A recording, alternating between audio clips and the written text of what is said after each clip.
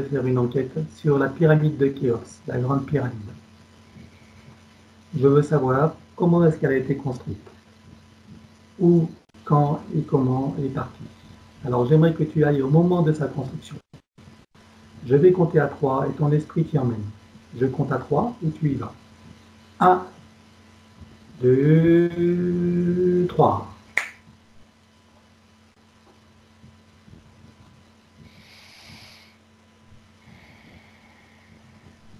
J'y suis.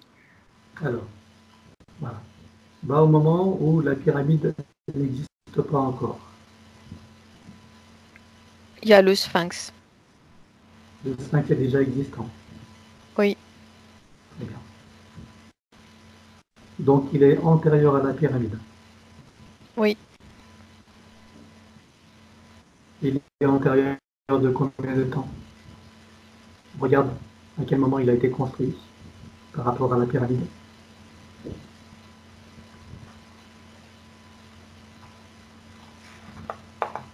Bien avant. Oui. C'est comme s'il avait subi plusieurs transformations. Il est bien antérieur. Est-ce que tu peux le dater? Il va au moment de sa construction, sa première construction, et dis-moi où est-ce que ça mène.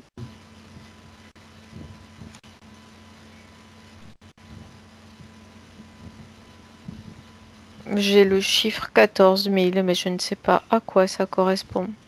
14 000 ans? Regarde si c'est 14 000 ans. Peut-être. D'accord. Et par qui a-t-il été construit, ce sphinx? Regarde, qui le construit? Entité non humaine. Insectoïde.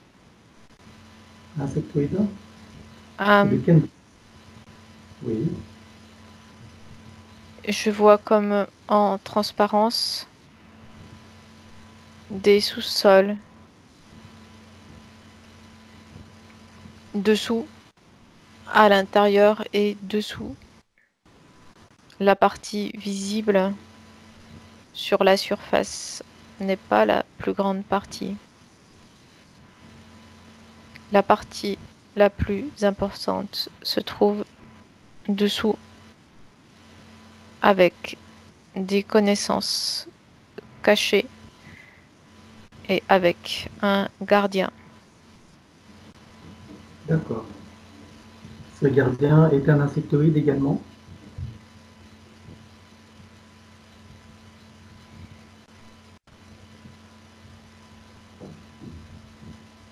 C'est un hybride. Il a été créé pour cette fonction-là.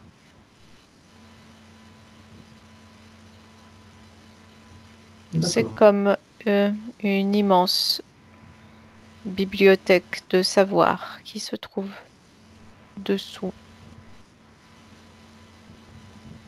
Et cette bibliothèque de savoir se trouve sous quelle forme? Sous forme de livre ou autre chose?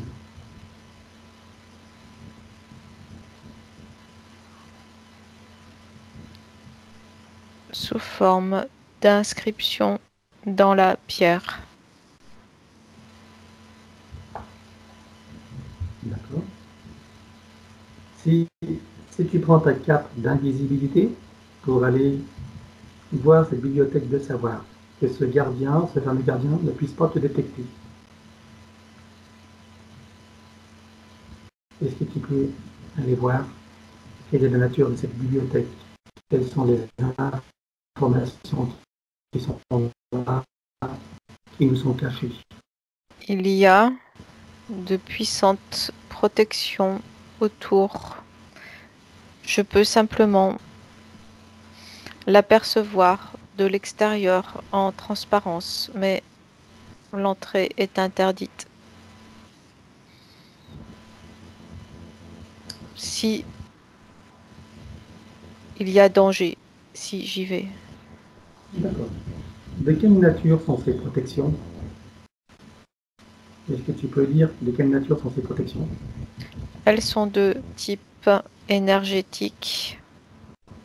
Il y a plusieurs couches, comme plusieurs couches d'invisibilité autour et dans la structure même. Et si ton esprit t'emmenait au moment où cette bibliothèque a été construite, et avant même que ces protections ont été réalisées, est-ce que tu peux faire ça? Si je compte à Les, 3, est-ce que les protections ont été mises en place avant que du savoir soit installé dans ce lieu. D'accord. Alors, est-ce que sans t'approcher de ce lieu, sans franchir ces protections, est-ce que d'une manière ou d'une autre, tu peux avoir accès aux informations et savoir qu'est-ce qu'ils veulent nous cacher dans cette bibliothèque? Ce sont des informations sur l'histoire des humanités et aussi l'histoire de ceux qui ne sont pas humains et qui sont venus sur cet espace terrestre. Très bien. Alors, sans avoir à aller lire ces inscriptions, puisque ça parle d'événements qui ont eu lieu, est-ce que tu peux aller directement sur ces événements pour aller voir l'histoire humaine, l'histoire des humains, du laboratoire d'information, aller voir comment, quelle est cette histoire des humains qui est cachée, aller à l'origine de la formation des humains, de leur implantation sur Terre, de comment tout cela s'est réalisé. Comment est-ce que des âmes ou des esprits comme nous ont pu revêtir un manteau humain? Qu'est-ce qui s'est passé? Par qui? Par quel moyen? Il y a eu plusieurs histoires qui se confondent et se mélangent les unes aux autres. Il y a eu comme plusieurs essais et essais de vie sur cet espace Terre. À un moment donné, tout est balayé, oublié, puis remplacé par une autre expérience d'ensemencement de la vie. Et qui est à l'origine de ces ensemencements de la vie, de cette expérience? De qui parle-t-on? Plusieurs peuples stellaires avec chacun leurs objectifs ont chacun leur tour, quelquefois seuls, quelquefois ensemble, quelquefois contre les uns les autres, sont venus expérimenter la vie dans cette densité. Et toutes ces couches mémorielles d'histoire de l'humanité sont comme des fragments que l'histoire officielle met à la suite les uns des autres, mais ça n'est pas correct.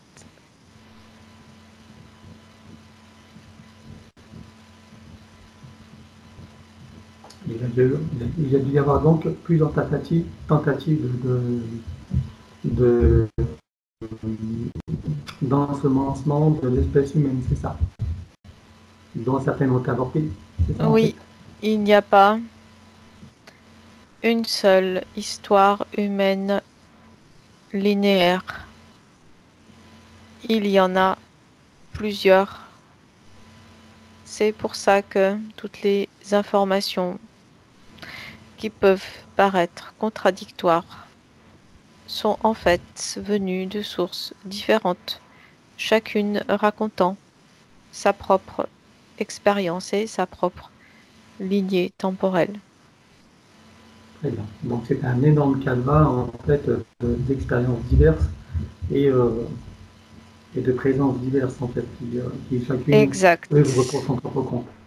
C'est ça. Il ne faut pas considérer l'histoire de la Terre et des humains comme étant unique et linéaire. Oui, avec l'histoire d'Adam et Ève, par exemple. Ça n'est pas correct. Les informations qui nous parviennent ne sont que des fragments de mémoire mélangés les uns aux autres et parfois transformés parce que se superposent aussi les uns aux autres.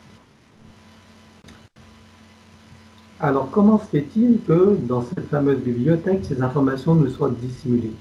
Qu'est-ce qu'ils veulent nous cacher? Puisque finalement, c'est pas aussi. Je ne trouve pas que la révélation soit aussi L'humain, menaçante ou. l'humain n'est considéré comme un pion en bout de chaîne.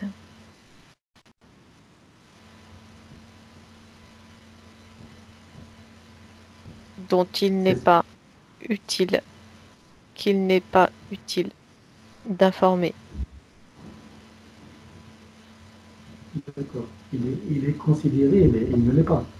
C'est une simple considération par ces soi-disant créateurs qui Il œuvrent y pour leur a propre compte. plusieurs types d'humains,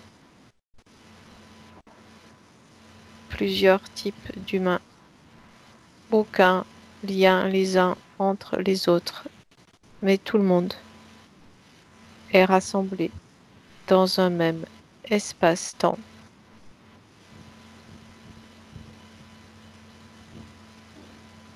Est-ce que tu parles de différentes races humaines qui correspondent à divers types humains ou c'est autre chose?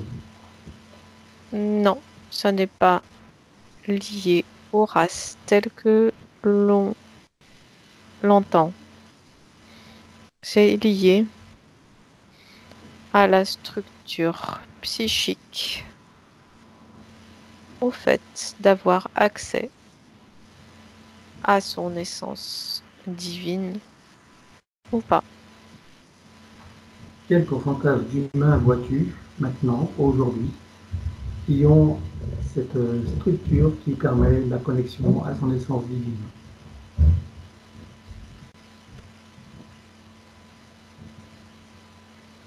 Véritablement 5%, mais ce chiffre est en augmentation.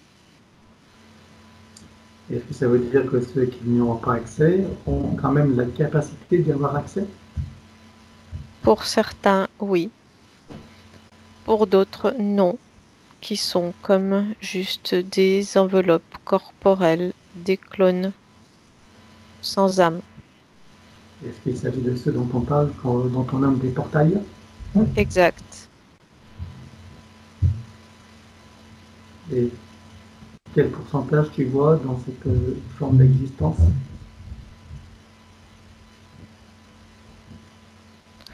Dans ce que l'on appelle les portails organiques purs, 70%. Ah, quand même. Et pour eux, il n'y a aucune possibilité de se connecter à leur essence divine. Ils n'ont pas été créés pour ça.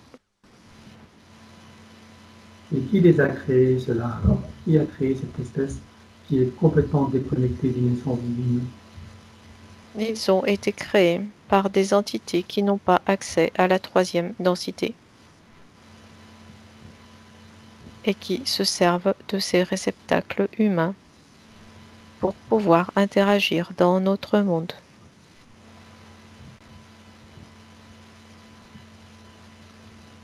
Alors, est-ce que ça veut dire qu'il y a 70% qui sont portails organiques?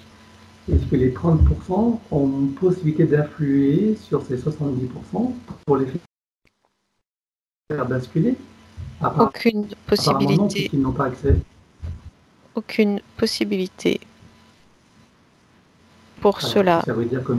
d'évoluer. Ce sont juste des réceptacles biologiques. Alors, comment est-ce que les 30% pourraient faire évoluer la planète en tout cas les consciences qu'il habite, si 70% n'ont aucune possibilité d'évoluer, comment est-ce que nous pouvons nous en sortir dans ces conditions, collectivement? Quand on parle de s'en sortir, c'est juste une question de perspective. Tout n'est que expérience et de cette perspective-là, le terme s'en sortir ne signifie rien.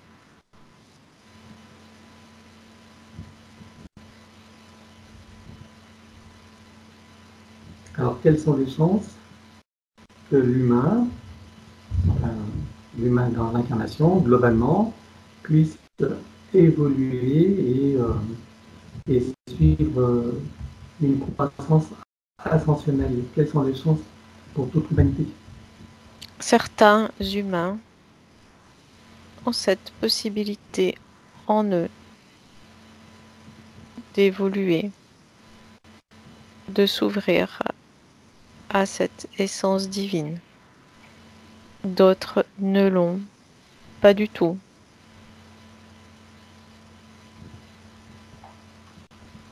Telles sont les choses.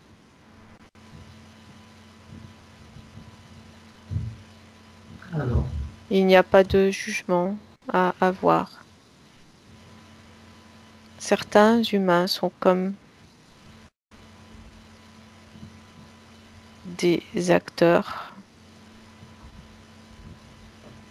dans le théâtre de la vie.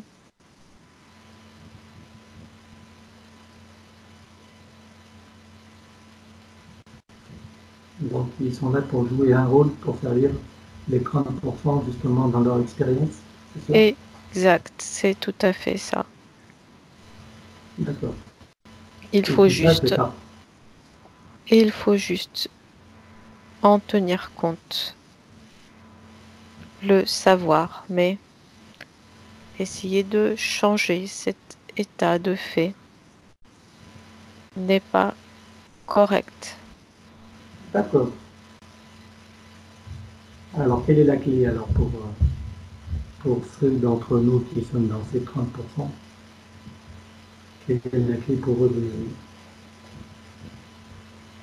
d'évoluer dans ce contexte, je veux dire? La clé est dans l'augmentation du niveau de conscience. Et les acteurs qui étaient là comme un miroir, s'ils n'ont plus lieu d'être face à un nouvel état de conscience, ne seront tout simplement plus présents. Oui, parce que plus utile dans ce contexte. Exact. Comment est-ce que toi et moi, tu nous situes dans cette, je dirais, parmi cette population? Comment tu nous situes, toi et moi?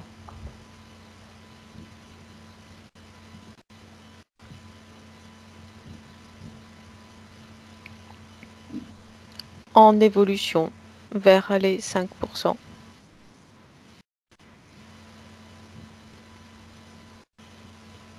Pas tout à fait partie prenante de ces 5% encore qui ont la connexion divine complète, mais en chemin.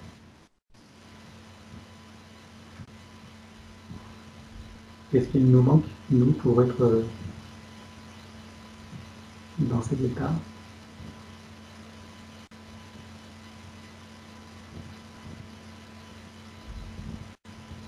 La prise de conscience et le travail sur soi qui n'est pas terminé.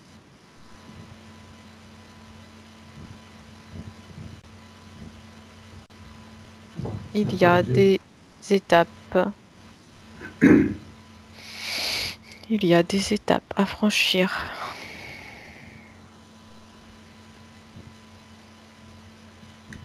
celles-ci font l'objet d'une autre séance au sein privé, puisque ça nous concerne nous. J'aimerais que nous revenions globalement, donc nous en étions, donc nous avons eu les informations. C'est juste une chose, à quand date la première apparition de l'espèce humaine sur Terre? La toute première, avant toutes ces tentatives. Ton esprit, s'il t'amène à la toute première fois, où est-ce que ça t'amène et en quelle datation?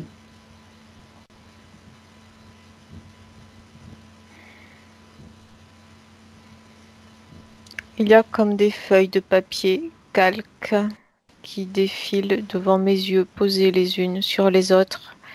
Ce que l'on appelle la datation est un concept humain.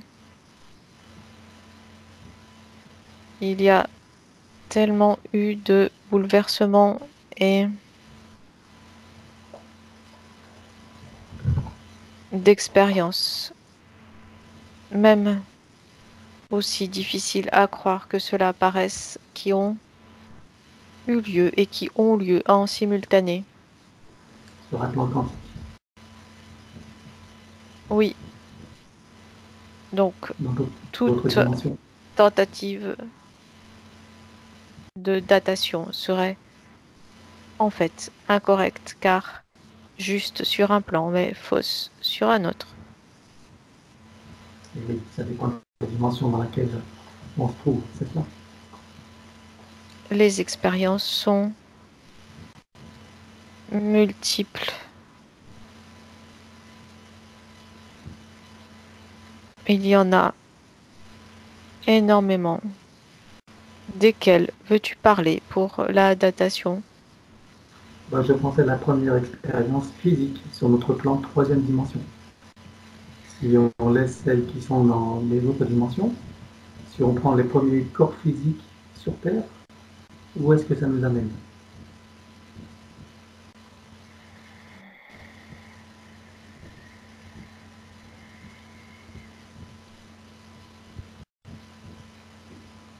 Sur un certain plan, j'ai 50 000. Mais c'est juste sur un plan. Si je considère d'autres plans, le chiffre change. Quand tu parles d'autres plans, à quoi tu penses? D'autres expériences. Qui ne sont pas physiques, tu veux dire? Ou d'autres formes de corps physiques, peut-être? Tout dépend de ce que l'on appelle la physicalité. Plusieurs expériences en 3D ont eu lieu et ont lieu simultanément. Oui, puisque le temps et l'espace n'existent pas. Que se passe simultanément, c'est ça? Je n'ai pas entendu. Je dis oui, puisque le temps et l'espace n'existent pas, sur un plan quantique, tout se passe d'une manière simultanée. Exact. Ah, ok. Très bien. J'aimerais laisser ce sujet et revenir à la pyramide de Khéops, puisque nous en étions là au début de l'enquête. Est-ce que tu peux maintenant voir, aller au moment de sa construction? J'aimerais savoir comment elle a été construite et par qui. Donc je compte à 3 et tu vas au moment de sa construction. 1, 2, 3.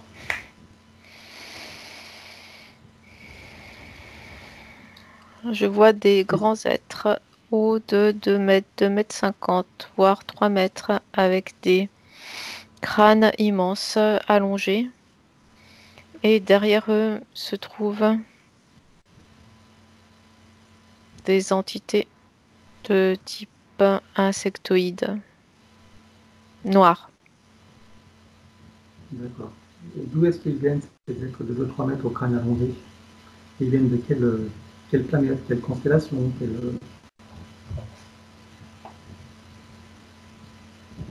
Ce sont des hybrides. hybrides? Entre quoi et quoi?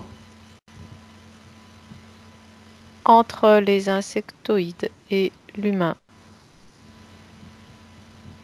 D'accord. Ok.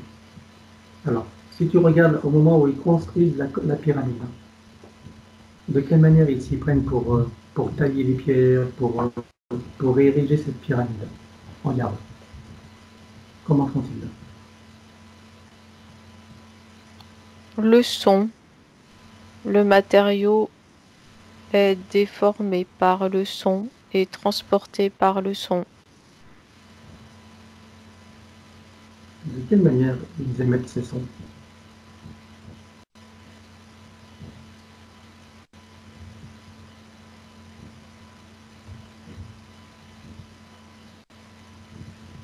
C'est comme si ça venait du centre de la Terre. C'est pas un son qu'ils émettent. Par intervalles réguliers, comme des vibrations immenses et un son qui peut parfois être très désagréable, presque insoutenable, sort des entrailles de la Terre et fait se déformer la matière physique, se déplacer et se placer là où cela a été décidé. De quelle manière ils font émerger ce son du centre de la Terre? Donc c'est pas eux qui font ce son, ils ne sont pas à l'origine du son, ils captent un son, c'est ça? Mais de quelle manière est-ce qu'ils le captent ce son? C'est une Comment c'est fait? technologie, la technologie n'est pas humaine. Oui. Ce son est en relation avec. Ça n'a rien à voir, mais il me vient à l'image de la tour de Nikola Tesla. C'est en lien avec le Ah, magnétisme terrestre.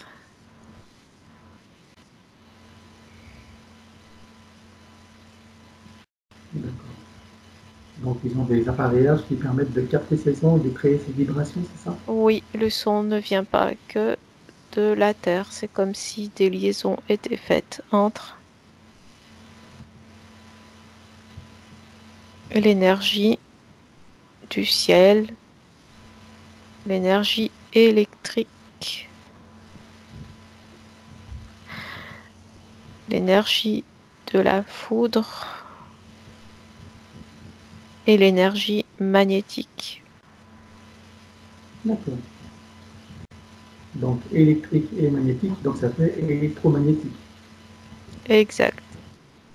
Et c'est ce qui crée justement ce son, ces fréquences qui déforment la matière et qui l'allègent en même temps. Oui, c'est extrêmement puissant. Et c'est ce qu'avait découvert Nikola Tesla.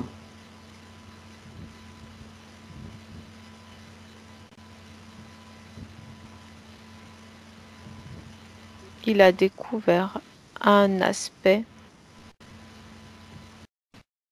de cette technologie, oui. D'accord. Ok.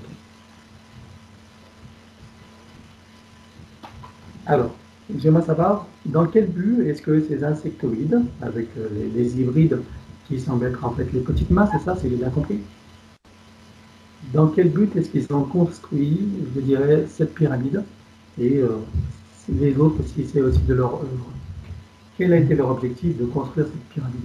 Les hybrides ne sont pas les petites mains, ce sont les intermédiaires. D'accord. Qui sont les petites mains alors? Les humains. D'accord. Et à quoi ils ont été utiles du coup, puisque les blocs de pierre étaient transportés facilement? Est-ce que ce sont les humains qui les transportaient?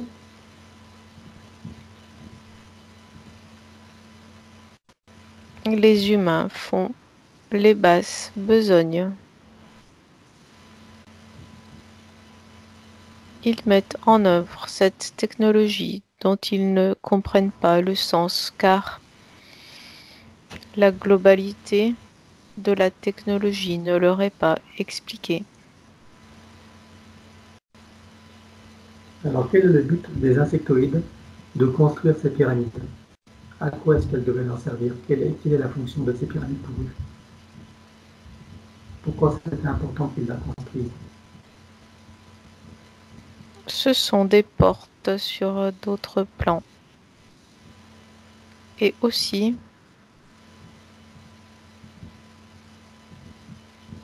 des générateurs d'énergie puissants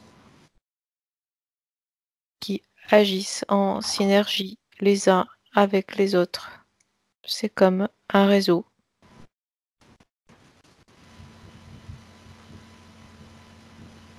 D'accord. Cette connaissance-là ne doit pas être divulguée aux humains.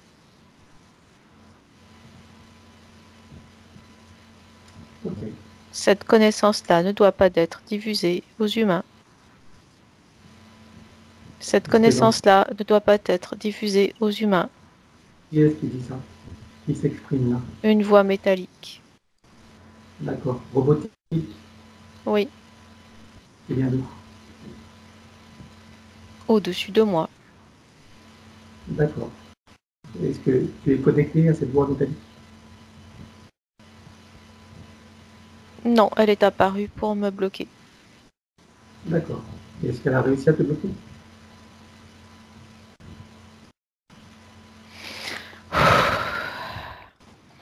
Connecte-toi à ton centre cardiaque et C'est bon. déploie ton torus. Déploie ton torus et fais tes protections. Déploie une énergie à partir du chakra cardiaque, une énergie puissante qui va faire comme une déflagration.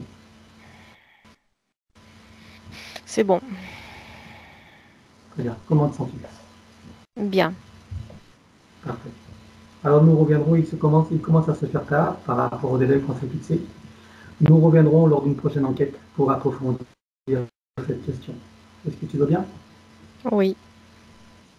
Parfait. Nous allons laisser là cette enquête où elle est ici et maintenant pour pouvoir la reprendre plus tard. Et nous allons approfondir toutes ces questions. Ok. Est-ce que tu es prête pour le retour? Oui. Très bien. Alors je veux que tu coupes avec tous et tout. Tout ce qui ne t'appartient pas. Toute énergie, toute présence, toute conscience qui n'a pas lieu de rester dans ta sphère énergétique maintenant. Tu t'en débarrasses, tu te coupes ou tu éjettes.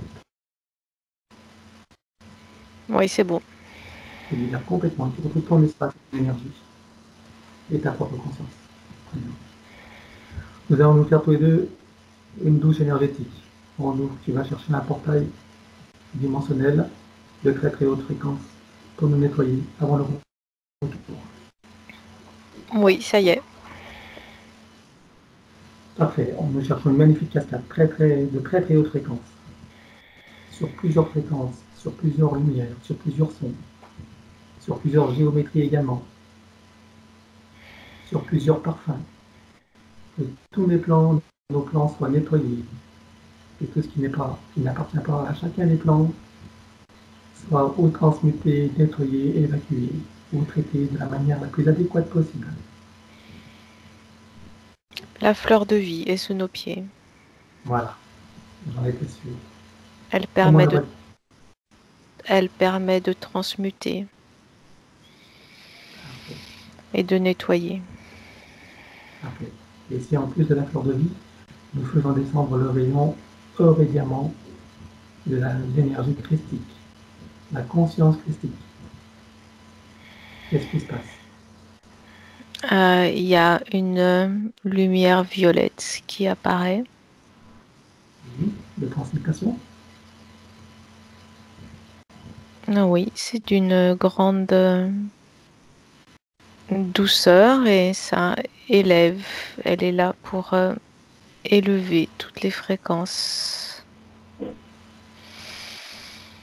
Et tout ce qui n'est pas correct, c'est transmuté dans la fleur de vie. Et Alors, le tout ce qui tout est de est, chaque... et le tout est élevé très haut dans cette lumière violette. Bien. Alors que cela concerne tous nos plans, tous nos corps énergétiques, après tous nos organes, tous nos systèmes et nos fonctions, notre ADN, plus profond de notre génétique, notre corps. Tout est pris en compte simultanément. Parfait. Alors, lorsque nous serons arrivés au bout du processus, tu me diras pour chacun.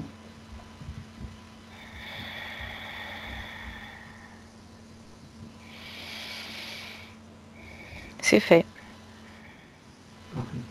Avant de revenir, inspecte chez toi et après chez moi. Regarde si, lors de cette séance, nous avons créé des ouvertures ou invité des êtres qui ne doivent pas être avec nous, qui n'ont pas à l'être. Il y a eu des tentatives d'empêcher la connexion très forte. Oui. Ces tentatives ont été là parce que il s'agissait d'empêcher d'aller voir ce qui se passait au niveau de l'histoire humaine et des pyramides. Eh bien, qu'ils sachent que rien ne nous arrêtera et nous aurons les informations qu'il nous faut et que nous aurons à partager collectivement pour le bien de notre collectif humain et tout ce qui est lié sur la Terre ou ailleurs. Qu'ils se le disent, rien ne nous empêchera. Toutes ces interférences informatiques se sont éloignées maintenant. Elles ne sont plus là. Ok. Alors, à présent, nous allons envisager le retour. Est-ce que tu es prête pour le retour? Oui. Vois-tu quelque chose qui serait important de faire avant?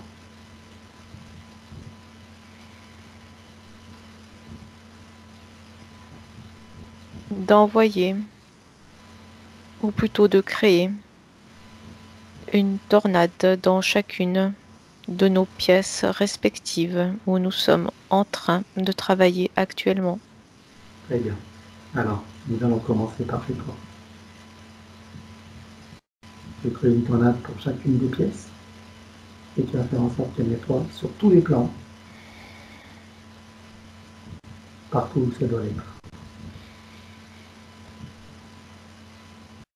C'est bon. Chaque tornade est de puissance. Il y avait comme des éléments métalliques qui étaient venus s'incruster. Et c'est ça qui bloquait la connexion. D'accord. Alors maintenant, je veux que tu regardes le diamant qui est sur ton compteur. Je suppose qu'on l'avait placé, le diamant, sur ton compteur. Non, il n'avait pas été placé. Alors nous allons en placer un. Tu vas chercher ton compteur général qui alimente tout ton domicile et tu y places un gros diamant. C'est fait. Le diamant, tu vas le programmer pour l'harmonie, pour la joie et toutes les qualités que tu as envie de déployer pour toi et pour ceux que tu aimes. Pour ta liberté, pour ta créativité.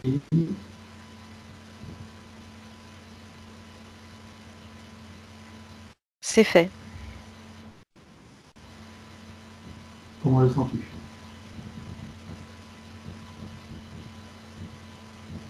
Il vibre. Très bien. Il est lumineux.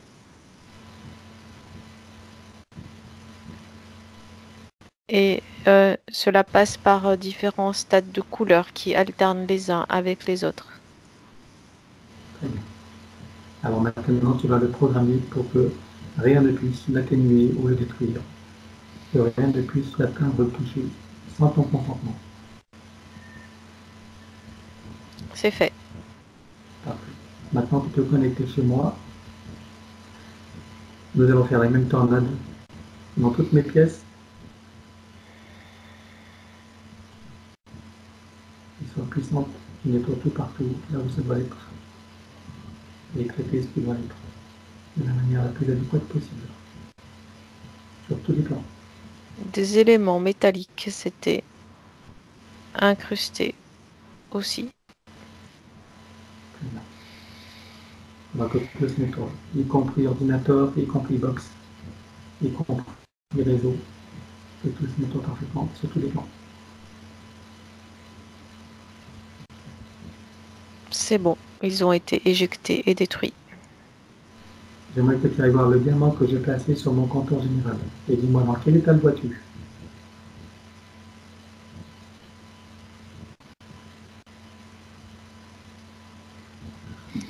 Sa luminosité est un peu affaiblie par les attaques. Ok, alors, est-ce qu'on peut augmenter sa luminosité ou carrément le remplacer?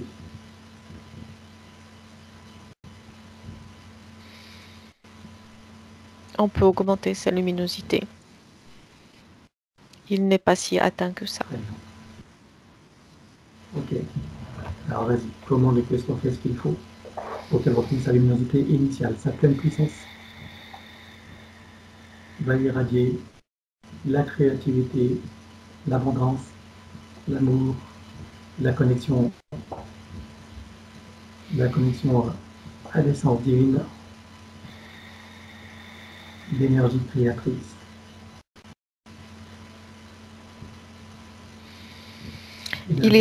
Il irradie encore plus que précédemment, avant les attaques. Alors programmer pour que rien ni personne ne puisse diminuer ou altérer ce diamant.